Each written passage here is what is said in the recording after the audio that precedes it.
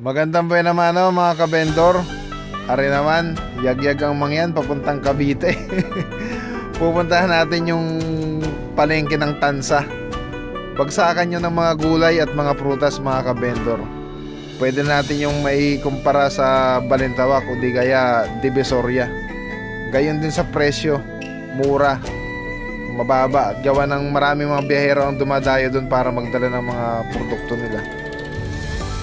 Linggo ngayon mga kabendor at medyo luwag naman ang kalsada. May kaunting checkpoint pero hindi naman mahigpit. Are mabilis lang are mga kabendor. Nakapagtinda na ako doon sa palengke na yan mga kabendor. Dati nagtindero din ako doon. Saging pa rin ang tinda ko doon. Babalikan natin, nakakamiss din ito. Katulad nito, minibus. Isa yan sa mga tatak ng Cavite, mga kabendor, minibus. Bibihira na yan ngayon, kakaunti na lang nandyan sa Cavite ngayon na ganyan.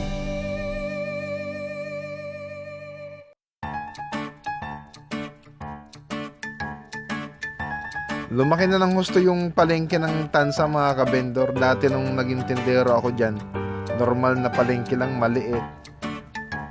Kariton pa ang gamit ko ng mga kabendor, tulak-tulak ko. Nagtutumpok lang ako ng mga saging sa kalsada. Pag nagkahulihan, takbo ang mangyan mga kabendor pag nagkahulihan. Pero ngayon malaki na.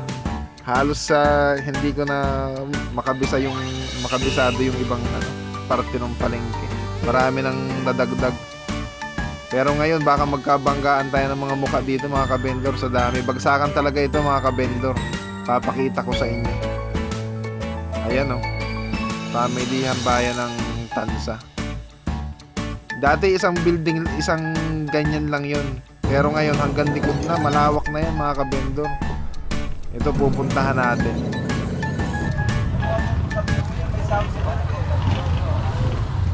Ayan, bagsakan ng pakwan yan. Ayusin mo mukha mo. Ayusin mo mukha mo. Shoutout sa walang sahod. Yun.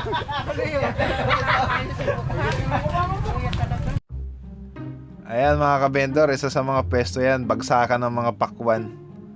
Ito naman kabila, melon. Kaya lang, parang akaunti ngayon mga kabendor sa wala ding mga tao. Katulad na rin isang ere, sarado pa.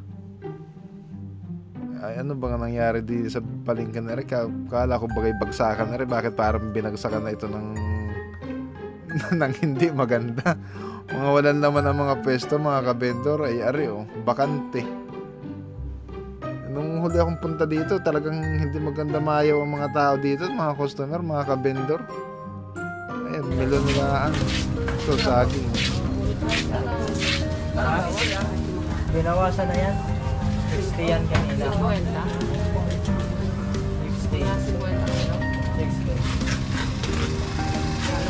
55. Mura pa rin naman mga kabendor.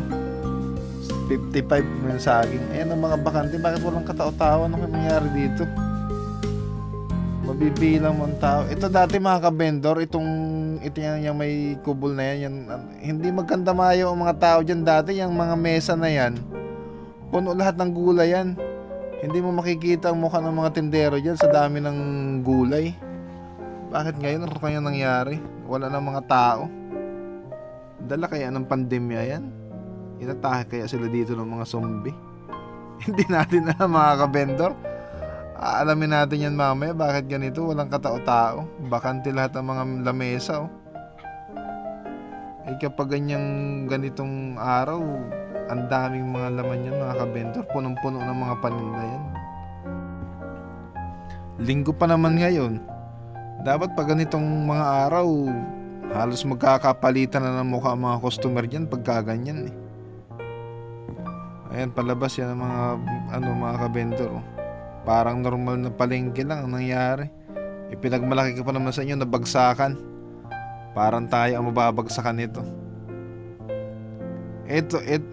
Ayun, may mga pakonti-konting nakabalot. Pero hindi ganyan mga kabendor. Punong-puno talaga dapat yan malalaman natin kung anong dahilan bakit nagkaganyan ang palengke ng Tansa.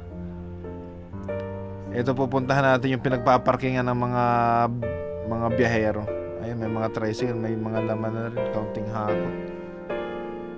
Itong lugar na ito mga kabendor, yan yung pinaparadahan ng mga sasakyan ng mga biyahero, ng mga truck. Ito ipapakita ko sa inyo. Pero walang mga truck ngayon. Ayun, napakaluwag oh. Ito dapat punong-puno yan mga kabendor, punong-puno ng mga jeep, truck. Pero ngayon maluwag. Pwede kang mag-basketball. Ano kayang nangyayari? Mga private na sasakyan ang naandyan. Ito, kaperanggot na kalabasa lang.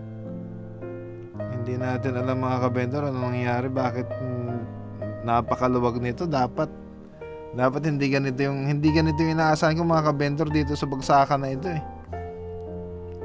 Kailangan natin magtanong-tanong mga kabendor. Kakausap tayo dyan ng ating resource person. Alamin natin bakit ganito. Kung may bagsakan pa ba dito o wala na.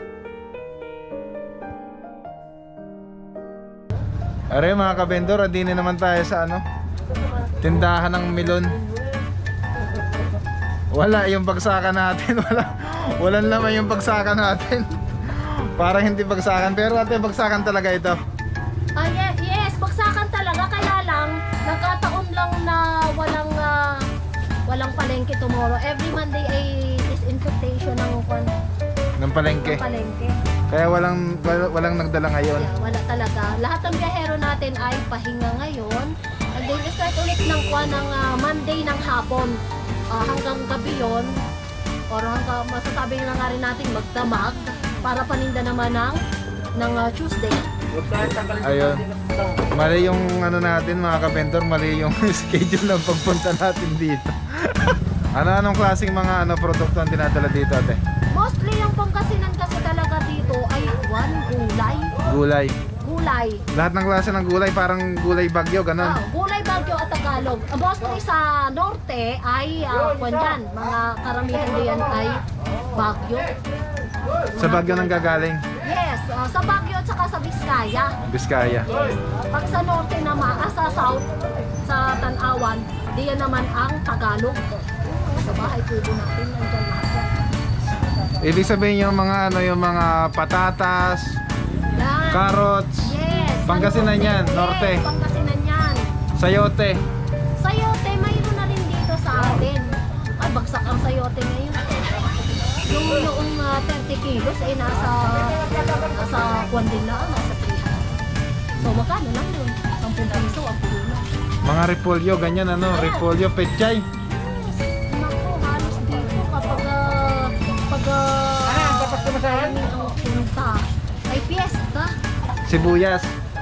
Sibuyas ay kwan na rin. Dahil wala ngayon sa norte at ang magandang sibuyas natin ay galing sa Mindoro. Galing sa south ang mga sibuyas ngayon. Galing sa... Ang mga nagro-rolling ng sibuyas ay galing pa rin ng Occidental Mindoro. Dahil sira ngayon ang sibuyas ng norte. Kahit yung sa akin nga eh. Ayun, isang doon sa San Mayor na pwesto ni Chris.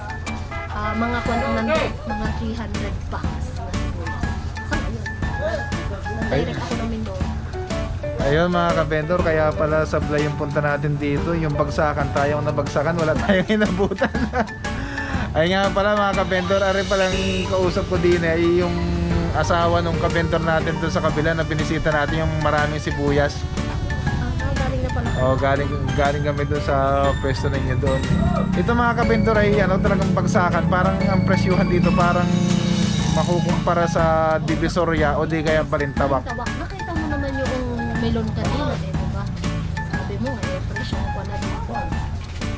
Presyong Balintawak. Gawa ng katulad nga ng sinabi ni kabendor natin, talagang dinadayo dito ng mga biyahero. Pumupunta talaga dito. Karatig bayan ang nandito. Dito na mamalengke. Ayun, kaya naman pala gumano nang nangyaring ganyang parang naging bagsakan talaga. Yung mga kalapit bayan ng Cavite.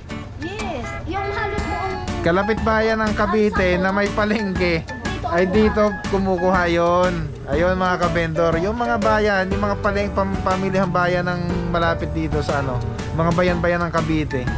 Dito sila kumukuha ng paninda nila. Yan muna mga kaganapan, mga kabendor. Wala, kinala tayo doon sa binisita natin. Pero babalikan natin yon, babawi tayo. Makikisuyo naman mga kabendor. Pa-subscribe naman nang madagdagan itong aking kaunting nakasunod sa akin din. Maraming salamat mga kabendor.